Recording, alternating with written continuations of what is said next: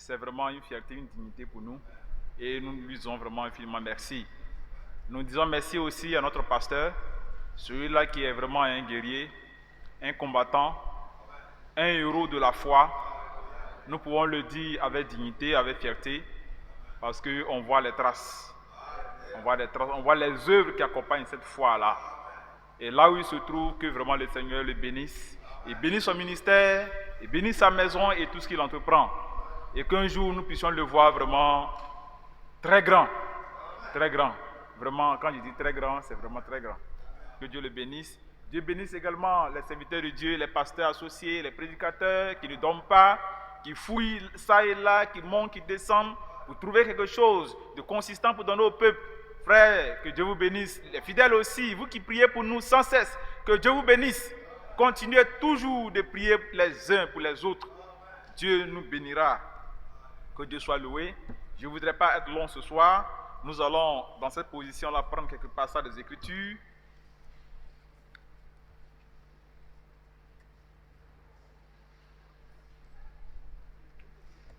Nous voulons aller assurément au ciel.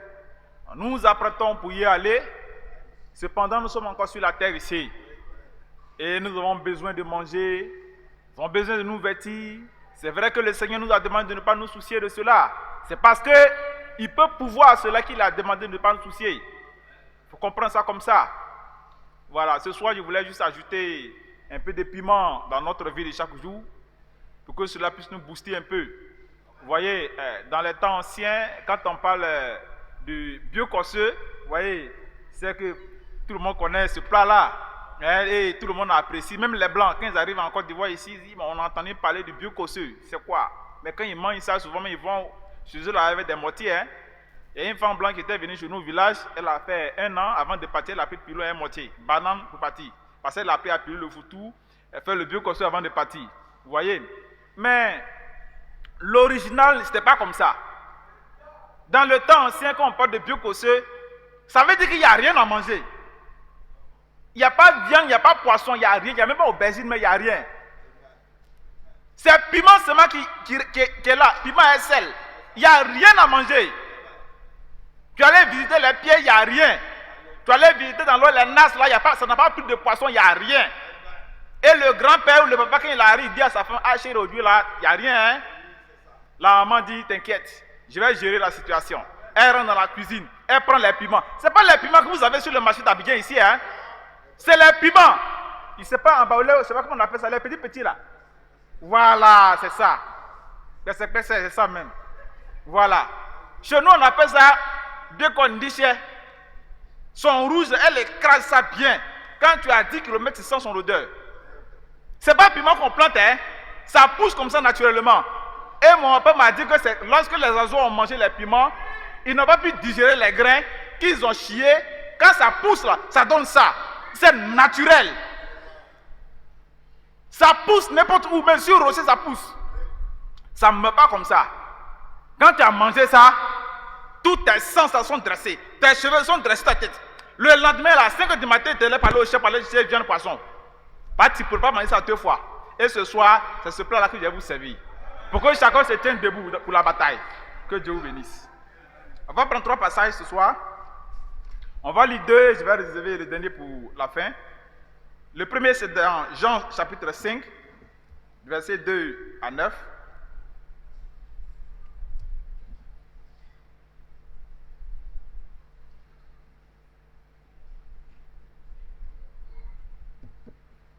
Jean chapitre 5, du verset 2 au verset 9. Je fais la lecture.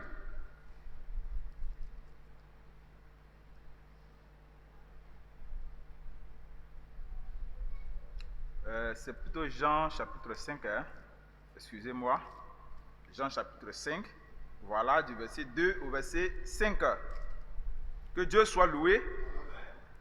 Or, à Jérusalem, près de la porte des brebis, il y avait une piscine qui s'appelait en hébreu Bethesda et qui a 5 portiques. Sous ces portiques étaient couchés un grand nombre de malades, des aveugles, des boiteux, des paralytiques qui attendaient le mouvement de l'eau, car un ange descendait de temps en temps dans la piscine et agitait l'eau, et celui qui y descendait le premier, après que l'eau avait été agitée, était guéri, quelle que fût sa maladie. Là se trouvait un homme malade depuis 38 ans. Jésus l'ayant vu coucher, et sachant qu'il était déjà malade depuis longtemps, lui dit, « Veux-tu être guéri ?» Le malheureux lui répondit, « Seigneur, je n'ai personne pour me jeter dans la piscine quand l'eau est agitée.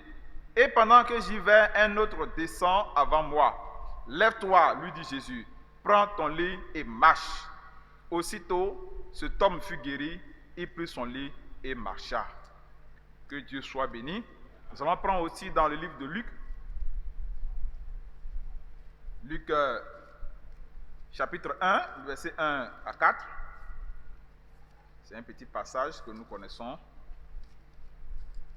Luc 1, du verset 1 à 4. J'ai fait la lecture.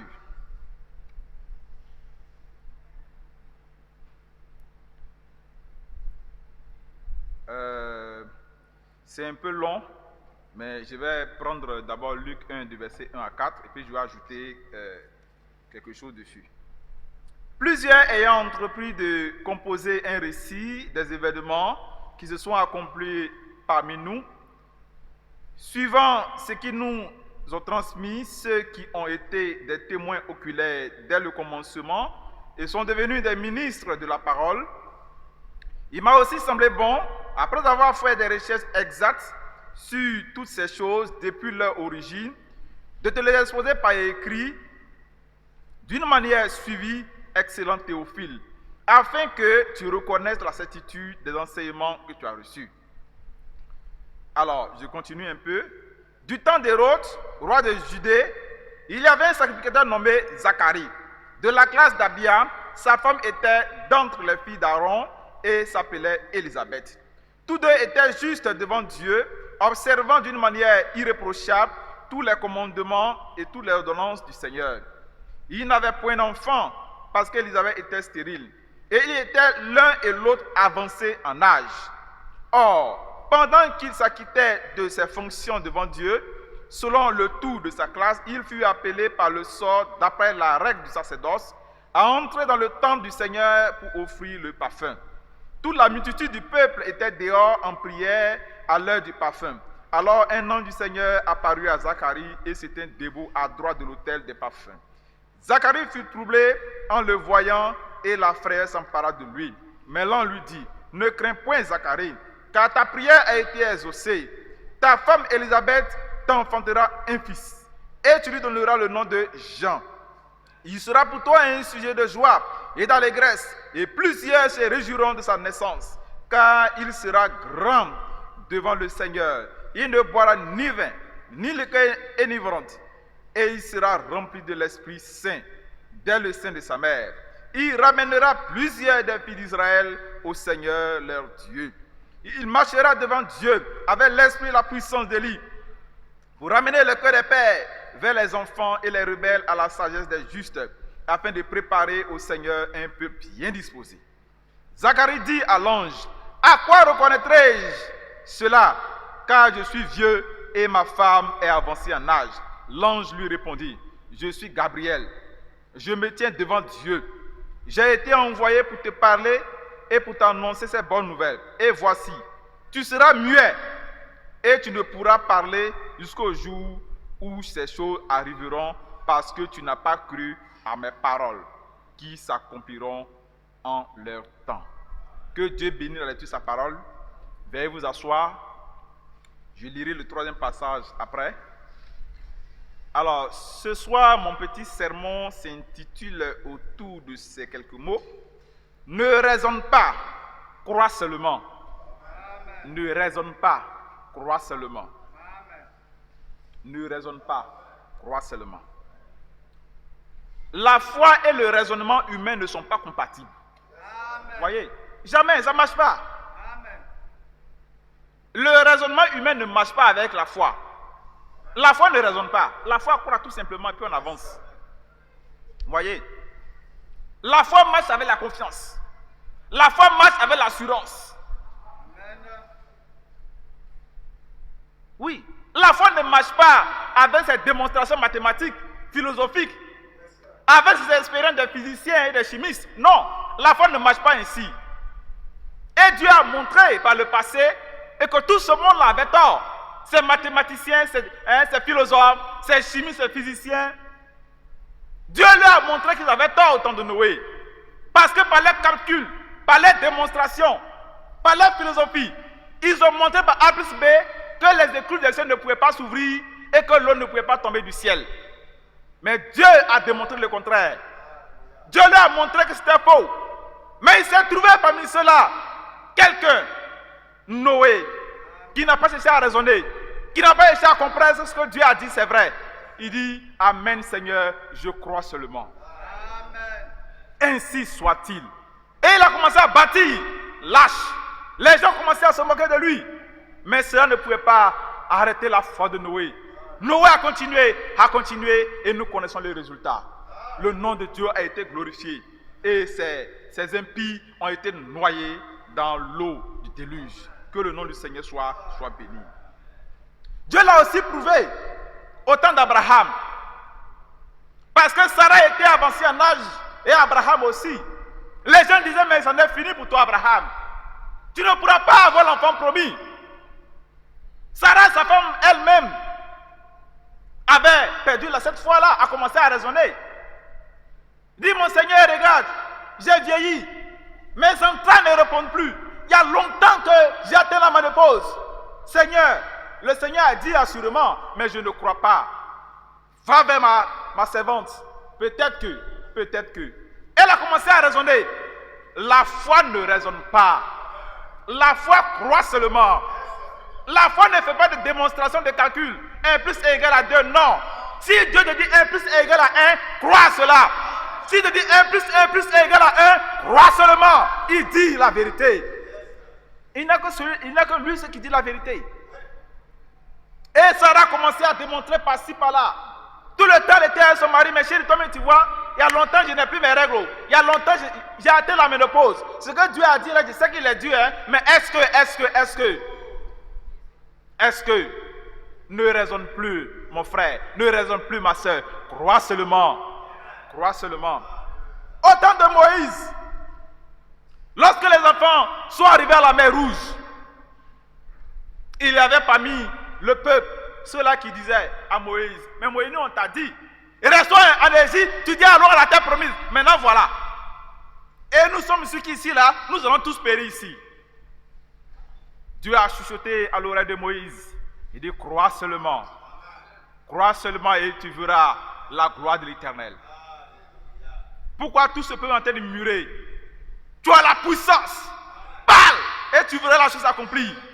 Et Moïse a crié contre la mer. Et la mer s'est séparée. Et les enfants d'Israël sont passés. Et tous ceux qui murmuraient là ont eu tort. Honteux. Ils sont passés aussi. Ils ne sont pas restés derrière. Ils sont passés aussi. Tout honteux. Ils n'ont pas cru. Mais bon, ils sont passés quand même. Mais ils ne vont pas arriver à la terre promise. Ils ne pourront pas arriver. Parce qu'ils vont murmurer plusieurs fois. Et Dieu a commencé à mettre son chrono à marche. Dieu a commencé à compter. Tous ceux qui ont murmuré plus de 10 fois ne rentreront pas à la terre promise.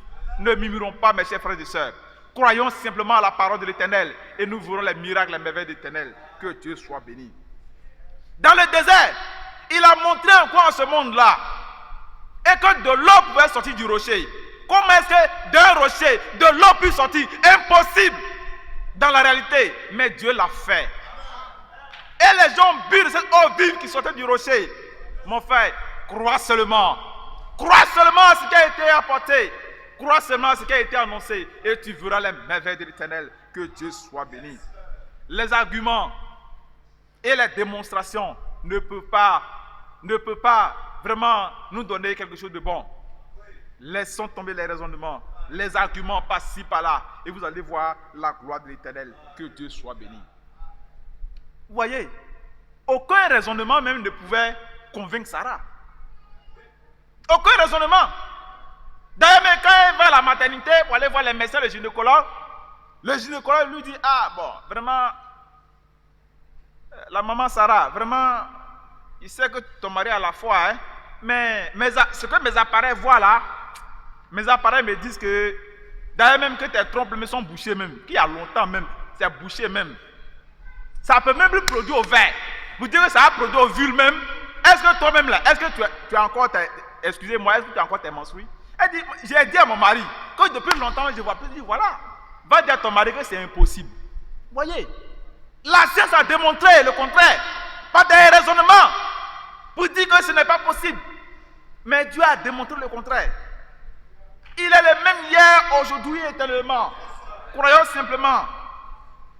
Voilà pourquoi Zacharie, nous venons là maintenant. On a lu ces deux passages-là. Zacharie, ce monsieur-là, qui fait le service dans la maison de l'Éternel, un serviteur loin de l'Éternel, qui est censé connaître la loi, qui a vu les merveilles que Dieu a fait par le passé, qui a vu en exemple comment est-ce que Sarah a accouché, étant très âgée. Maintenant que tu priais, la Bible dit qu'il priait pour avoir un enfant. Mais pourquoi tu priais alors? Dites-moi. Pourquoi il priait alors? Mais tu es en train de prier. Maintenant que Dieu vient t'exaucer, tu es étonné. Et tu commences à raisonner maintenant. Il pose la question à l'ange. Mais ton affaire là, est-ce que tu es sûr? L'ange dit, ah bon? Donc tu ne croyais pas alors? Puisque tu n'as pas cru, ta bouche sera fermée. Tu ne parleras même pas. Comme tu as demandé un signe, voilà c'est le signe que tu donnes. Tu ne parleras pas jusqu'à ce que ta femme accouche. Ne raisonnons pas, frères et sœurs. Ayons la foi. Bannissons les raisonnements. Nous allons voir les merveilles de l'Éternel. Nous allons voir la gloire de l'Éternel dans notre vie de chaque jour. Les raisonnements nous tuent. Les démonstrations nous tuent. Dieu a parlé, crois seulement et va de l'avant. Que Dieu soit béni. C'est quand nous quittons réellement le temps de nos propres raisonnements et de nos démonstrations que nous rencontrons Dieu, qui s'est appelé Jéhovah Jireh, celui qui pouvoir. Abraham n'a pas raisonné. Quand Dieu lui a dit, prends ton unique, celui que tu aimes, va me l'offrir. Abraham dit, Amen. Amen, c'est tout. Amen, c'est fini. Il n'y a pas de raisonnement. Il est parti. Mais Dieu a pourvu, non? Il dit, je vois par là que tu as la foi. Ce n'est pas pour rien que Dieu a dit qu'Abraham était le père de la foi. Que Dieu soit béni. Nous allons lire maintenant le dernier passage. On va commenter et puis on va partir. Que Dieu soit loué. C'est dans le livre du roi. C'est un peu long, voilà pourquoi je n'ai pas voulu lire ça. Je vais lire ça. On va tous entendre. Si c'est trop long, je vais entrecouper aussi. Il me reste combien de minutes déjà? Ok, ça peut aller. Alors, 2 Rois chapitre 7, verset 1 à 20. Avant que je ne lise ce passage-là, je vais commenter un peu ce qui s'est passé un peu plus haut. Il est arrivé à un temps où Israël avait été, qu'est-ce que j'allais dire, avait été assiégé par la Samarie. Il n'y avait même pas de l'eau, il n'y avait même pas de nourriture. Il n'y avait absolument rien à manger. La famine au plus haut niveau. À tel point que les gens mangeaient même leurs bébés. Je ne sais pas si vous lisez, hein? Lisez un peu plus haut, vous allez voir. Les gens mangeaient leurs bébés. Et il y a eu par là entre deux femmes là. Il y a une même qui a dit, bon, aujourd'hui on a qu'à manger notre bébé et puis demain on va manger pour toi. Ils ont fait cuire un bébé de l'huile. Elles ont mangé ça ensemble. Et le lendemain, maintenant, elle dit à sa camarade, mais envoie ton bébé, on va manger. Et elle aussi, elle dit non, elle veut pas. Elle a fait cacher son enfant. Lisez, vous allez voir, c'est écrit dans la Bible. Et c'est dans ce temps-là, de vaches très maigres, que quelque chose va se passer. Parce que le peuple était en train de pleurer, était en train de crier à l'Éternel, et l'Éternel a entendu leur voix, comme maintenant l'Éternel entend notre voix. Nous crions à lui, Seigneur, nous sommes en train de bâtir ce temple-là. Seigneur, qu'est-ce que nous devons faire? Voici, nous devons mettre les carreaux. Nous n'avons plus de moyens. On va faire quoi? On va faire comment? C'est là que Dieu agit. Là où la main de l'homme s'arrête, c'est là que la main de l'Éternel commence. Mais quand sa main commence, il faut être attentif. Le pasteur nous a prêché ici pour dire que la foi a des facultés. La foi, elle est sage. La foi, elle est intelligence. La foi du discernement. Il faut comprendre le langage de l'Éternel. Que Dieu soit béni. Crois seulement et tu verras les merveilles de l'Éternel. Élisée dit, verset 1, écoutez la parole de l'Éternel. Ainsi parle l'Éternel. Demain, à cette heure, on aura une mesure de fleurs de farine pour un cycle et 2 mesures d'orge pour un cycle à la porte de Samarie. L'officier sur la main duquel s'appuyait le roi répondit à l'homme de Dieu, quand l'Éternel ferait des fenêtres au ciel, pareille chose arriverait-elle? Voici un incrédule. On a entré et prié, on a faim, où le prophète de Dieu vient annoncer que demain là, les écoutes du ciel vont s'ouvrir, des bénédictions vont descendre à gogo, prenez des cuvettes, des mamiques, des sacs, ramasser la nourriture pour conserver. Voilà ce que lui dit. Même il dit, même si Dieu fait un gros tour dans le ciel, même un truc comme ça ne peut pas arriver. C'est bien. Raisonne comme ça. Quand l'Éternel ferait des fenêtres au ciel, pareille chose arriverait-elle? Et Élisée dit, tu le verras de tes yeux, mais tu n'en mangeras point. Oui, oui. Il a prononcé la parole. On va voir ce qui va arriver. Je ne vais pas lire tout ça. Je vais sauter, je vais aller au verset 16 pour gagner du temps. Et lorsque le peuple était là, il y avait 4 lépreux qui étaient en dehors de la ville. Ils avaient faim. Même s'ils rentrent, ils vont mourir. S'ils rentrent dehors, ils vont mourir. Bon, alors on se promenait. Et c'est en se promenant qu'ils sont arrivés dans la ville de Samarie. Ils arrivent dans la ville. Les portails étaient ouverts. Il n'y a personne. Il dit, mais attends, ce n'est pas un piège. Bon, rentrons pour voir. Même s'ils sont là, qu'ils nous acceptent, on va manger. Et si nous tuent aussi, tous les gens, on va mourir. Ils sont rentrés, ils rentrent là-bas. Les portes sont ouvertes. Nourriture, à gogo, versé de l'or, de l'argent, versé partout. Ils ont ramassé, ils sont allés cacher. Ils sont revenus encore, ils sont allés cacher d'autres. Ils disent, ce qu'on est en train de faire là, c'est mauvais. Hein? Nos frères sont de mourir de faim là-bas, et nous on est ici. Allons-y, on va aller dire ça au roi. Ils sont allés dire ça au roi. Et le roi a dit, c'est vrai? Il a envoyé des gens aller vérifier, et la chose était vraie. Quand on est venu dire au peuple, et que là-bas, au pays, de l'autre côté là-bas, il y a de la nourriture à gogo là-bas, vous allez voir ce qui va se passer. Je vous ai fait un résumé pour ne pas lire tout ça. Verset 16. Le peuple sortit et pilla le camp des Syriens et l'ont eu une mesure de fleurs de farine pour un cycle et 2 mesures d'orge pour un cycle selon la parole de l'Éternel. Vous voyez que ce que Dieu avait prononcé s'est accompli. Tant pis pour ceux qui n'ont pas cru. Le roi avait remis la garde de la porte à l'officier sur la main duquel il s'appuyait. Mais cet officier fut écrasé à la porte par le peuple et il mourut selon la parole qu'avait prononcée l'homme de Dieu quand le roi était descendu vers lui. L'homme de Dieu avait dit alors au roi, on aura 2 mesures d'orge de farine pour un cycle demain à cette heure à la porte de Samarie. Et l'officier avait répondu à l'homme de Dieu, quand l'Éternel ferait des fenêtres au ciel, pareille chose arriverait-elle?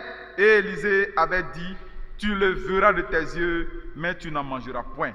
C'est en effet ce qui lui arriva. Il fut écrasé à la porte par le peuple et il mourut. Quand tu ne crois pas à ce que Dieu prononce, c'est une condamnation que tu as sur toi-même. Et voilà ce qui arrive. Le raisonnement ne peut pas expliquer certaines situations. Nous prions pour les bénédictions. Maintenant que Dieu dit, joue les écus des cieux, prenez tout ce qu'il faut, des cuvettes, des calebasses, pour recueillir la pluie, pour garder, pour conserver. Tu te poses maintenant la question, et ça même, ce n'est pas piège? Est-ce que ce n'est pas l'ennemi qui a été nous tant de pièges? Mais pourquoi nous voyons même le diable partout même? Pourquoi nous voyons Lucifer partout? Dieu veut te bénir, et tu vois Lucifer. Ce n'est pas Lucifer, c'est Dieu lui-même qui est là. C'est Dieu. Dieu fait des merveilles parfois, et tu te poses la question si c'est vrai ou si c'est faux. C'est vrai. C'est vrai. Si vous voyez de l'eau sortir du rocher, vous allez boire. Il ne faut pas boire. Tu vas mourir alors. Oui. Tu vas penser que c'est la magie. Ce n'est pas de la magie. C'est Dieu qui a permis cela. Que Dieu soit loué. Arrêtons les raisonnements et croyons simplement. Nous allons voir les merveilles de l'Éternel. Que Dieu soit loué. Voilà encore un autre monsieur, un malade,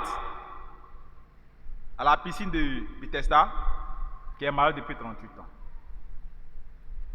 Depuis longtemps, l'ange qui descendait dans cette eau-là, dans cette piscine-là, ne venait plus. Et nous savons pourquoi il ne venait plus. Malgré ça, il a été patient. Il est resté là dans la prière. Vous dites, Seigneur, fais descendre ton ange pour me guérir. Fais descendre ton ange. Tout le monde est parti à la maison. Tous les malades qui étaient là, nombreux sont partis, ceux qui sont restés là, peut-être c'est lui qui est resté. Mais il était resté là 1 an, 2 ans, 10 ans, 20 ans, 30 ans, 38 ans. Et le Seigneur a vu sa patience. Et il est passé par là. Et il va lui poser une question. Veux-tu être guéri? Veux-tu être guéri? Oui, mon sauveur, oui. Mais je n'ai personne pour me jeter dans l'eau quand elle est agitée. Le Seigneur lui pose la question. Mon fils, veux-tu être guéri? Quand on te pose une question comme ça, il y a 2 réponses. Oui, non. Et c'est là maintenant il va commencer à raisonner. Non, Seigneur, tu sais, il y a longtemps je suis là, tous mes parents m'ont abandonné.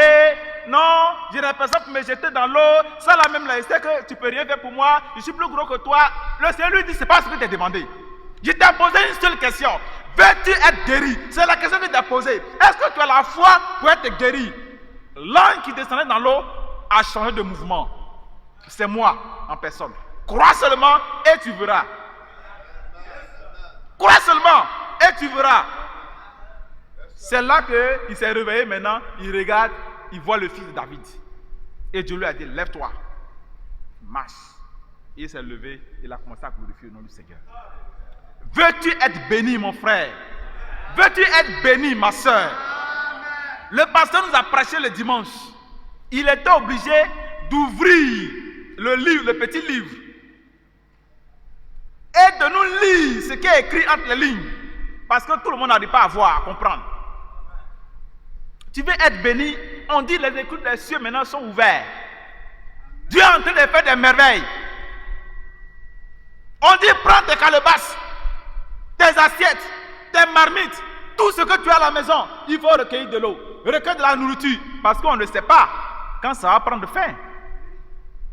Dieu a dit à Israël, la manne va tomber, mais ce jour-ci là, ramassé pour tel jour, mais ce jour-ci là, il n'y aura pas de manne. Les gens ont pensé que c'était de la plaisanterie. On dit que ce jour-là, 2 ont sorti pour aller ramasser. Ils n'ont pas eu de manne. Qu'est-ce que vous en dites? Actuellement, nombreux de nos frères, je vous dis la vérité, sont sur les réseaux sociaux. Ils sont sur Internet. Ils ont placé des cuvettes par endroits, des calebasses ici, des marmites ici, tous des sacs, des gros sacs ouverts. Ils ont payé des sacs, ils ont placé ça un peu partout. Et chaque jour, comme Dieu a ouvert les éclus des cieux, les bénédictions tombent dedans en abondance. Les bénédictions tombent ce soir. Il n'y a pas de joie dans ton cœur pour ça. Est-ce que tu crois à cela? Est-ce que tu n'es pas en train de raisonner? Est-ce que ce que le pasteur a prêché même, est-ce que c'est vrai? Est-ce que ce n'est pas un piège? Est-ce que ce n'est pas de l'arnaque? Frère, crois que c'est de l'arnaque. Vous voyez ce monsieur-là, qui n'a pas cru à ce que l'Éternel a annoncé. Qu'est-ce qui lui est arrivé? Ses propres frères l'ont piétiné. Le temps viendra quand chacun aura sa voiture. Ils vont t'éclabousser. Tu seras en train de marcher dans le noir, on ne va pas te voir. Fou, on va te dépasser. À la poussière, à l'eau, on va t'éclabousser. Reste là. Raisonne seulement. Ne prends pas ta position. Ne prends pas ta position. Raisonne. Pendant que Dieu a ouvert les éclus des cieux, vous pensez que Dieu va descendre du ciel pour nous partager des billets de 10 000 $ ici? Ah non. Ah non. Dieu fait d'une manière, tantôt d'une autre. Avant, il descendait dans la piscine, maintenant il ne descend plus là-bas. Il est sur la terre, il marche maintenant dans l'escalier. Toi qui as mis ton panier, il met ça dedans pour toi. Toi qui as mis ta calebasse, il met dedans. Toi, tu n'as rien mis, il n'a qu'à mettre ça où? Dis-moi, tu n'as rien mis, il n'a qu'à mettre ça où? On dit, va faire commerce. Tu fais commerce, ça ne marche pas. On donne 50 000 francs, au bout d'un mois, on revient, ça devient 10 000. Tu veux commerce? Ok, ça t'a payé de combien? 200 000 francs, non? Voilà 200 000 francs. On donne 200 000 pour aller faire commerce, on revient dans 3 mois, 200 000 francs devient 15 000. Tu veux quoi? Maintenant ça là, on dit, ce n'est pas toi qui fais. Mets ta calebasse seulement. Mets ta cuvette. Dieu a déjà ouvert les écus des cieux. Les bénissements tombent dedans en abondance. Et tu ne crois pas, tu raisonnes. Raisonne. Raisonne. Le temps viendra, je ne sais pas ce qui va se passer. J'étais en train d'écouter un coach en développement personnel. Il disait que l'arbitre du 21e siècle n'a pas encore sifflé. Que c'est en 2025 qu'il va donner le coup d'envoi. Et quand je regarde effectivement tout ce qui s'est passé, je pense que ce monsieur n'a pas tort. Parce que tout ce qui s'est passé ici, là, d'ici 2 ans, 3 ans, les gens ne vont plus rien comprendre. Ça sera un autre langage. Un autre langage. Parce qu'on parlera maintenant de Bitcoin, de blockchain, de crypto-monnaie, et les gens seront déphasés. Si tu n'as rien recueilli, regardez, tu vas faire comment? Frère, ne raisonne pas, crois seulement. Que Dieu vous bénisse. Ne raisonne pas, crois seulement. C'est encore une belle prédication. J'ai pris ça en cours. Mais le peu que j'ai entendu, Dieu me dit ce soir de ne plus raisonner, crois seulement. Il a dit là où 2 ou 3 sont assemblés en son nom, il est au milieu d'eux. Donc ce soir il est là. Donc je ne dois pas raisonner. Je ne dois pas regarder mes problèmes. Je ne dois pas regarder ma maladie. Je ne dois pas regarder mes soucis. Mais puisqu'il est là, je dois croire. Je dois saisir ma grâce. Une grâce particulière. Parce que nous sommes en train de prêcher sur la foi. Et je manque de foi. Ou bien ma foi est petite. Seigneur, agrandis ma foi. Seigneur, élève ma foi. Alors que tu es là, je vous dis, tous ceux et celles qui sont en train de croire, tous ceux et celles qui ne raisonnent pas, vous allez voir les œuvres qui vont suivre. Oui, mon frère, ma soeur, après cela, là, on va voir les œuvres. Amen. On a fait la semaine Oméga dans la foi. Et puis on fait encore la semaine Alpha dans la foi. C'est encore ta chance. Si tu as raté la dernière semaine et que tu n'as pas saisi, Dieu t'accorde encore une autre chance, une autre grâce plutôt. Cette semaine-là, mon frère, ma soeur, pardon, il ne faut pas laisser passer l'opportunité de saisir ta foi. Parce qu'avec cette foi-là, tu as fait beaucoup de choses. Parce que ce n'est pas n'importe quelle foi, c'est la foi en Jésus-Christ de Nazareth, le maître des cieux et de la terre, le tout-puissant, Jéhovah, le Dieu d'Abraham, le Dieu d'Isaac, le Dieu de Jacob, le Dieu de Branham. Écoutez, le prophète Élisée a dit, il a prophétisé. Amen. Regardez, celui qui n'a pas cru là, il est mort. Lorsque un prophète est mandaté, et Dieu parle par sa bouche, et il vous dit des choses. Mon frère, ma soeur, si tu crois à cela, mon frère, tu vas réussir dans ta vie. Et nous, on a reçu un prophète. Dans ce temps de la fin, on a reçu le prophète Branham. Il nous a dit beaucoup de choses. Si on prêche là, c'est pas la foi dans sa prédication.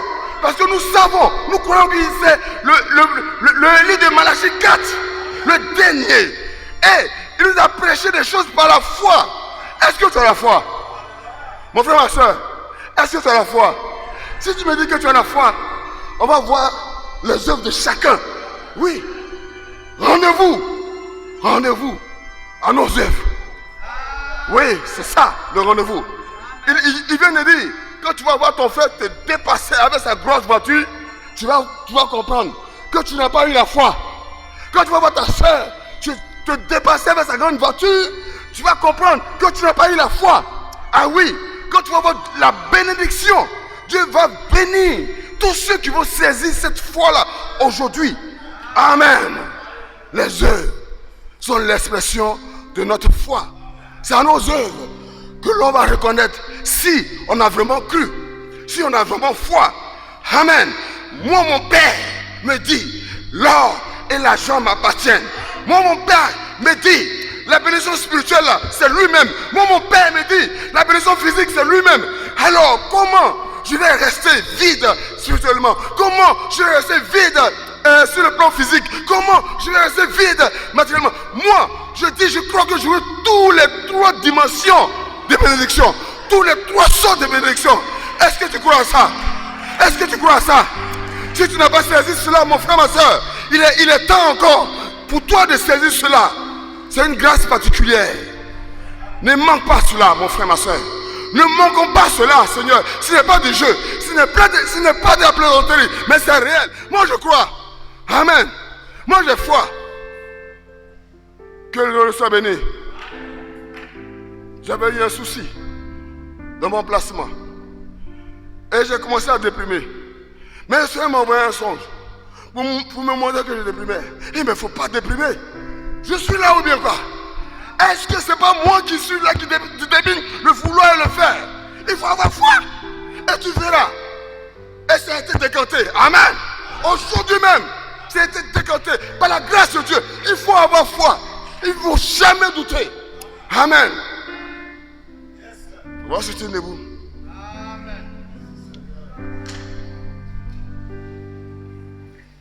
Parce que quand tu prêches, tu vas être soumis aussi à une épreuve. Ah oui. Pour titiller ta foi. Et puis on verra si tu as la foi. Ah oui. Après avoir entendu sur toutes ces prédications, l'épreuve sera devant toi. Chacun de nous, on sera soumis à une épreuve. Et c'est là on verra si tu as la foi ou pas. Mais Dieu encore, il va venir pour t'aider. Rappelez-vous, lorsque Pierre était en train de s'enfoncer, amen, qui l'a aidé? Quand il a douté, qui l'a aidé? Jésus-Christ, il est toujours là, mon frère. Même quand tu doutes, il est là. Est-ce que tu crois qu'il est là? Ce soir, est-ce que tu crois que Jésus est là? Même si tu doutes là, même si tu as peur, il est là pour te soutenir. Parce que tu es ton fils. Il n'a pas le choix. Amen. Mais il faut croire que tu es son fils. Amen. Est-ce que tu crois que tu es fils de Dieu? Mon frère, ma soeur, est-ce que tu crois que tu es fille de Dieu? Tu crois au Seigneur Jésus-Christ de Nazareth? Est-ce que tu crois qu'il est là ce soir? Est-ce que tu as la foi? Non, il faut prier. Prie, adresse, élève la voix vers ton Père, ton Créateur, le Tout-Puissant. Oh, tu es béni, Dieu glorifié, le trois fois saint. Oh, nous te sommes infiniment reconnaissants, Seigneur Jésus-Christ. Merci pour ta sainte présence. Merci pour tous tes grands bienfaits. Oh, merci pour la prédication. Merci pour tout ce que tu fais pour mon frère, pour ma soeur. Béni sois-tu, Seigneur. Alors que la parole est en train de donner. Oh, sur la foi, Seigneur.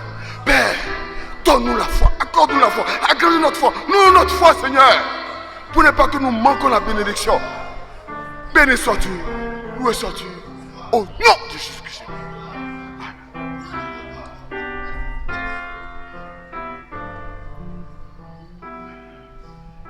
Amen, amen. Parce qu'on a fini, le pasteur Josué va venir ici. Il va venir prier.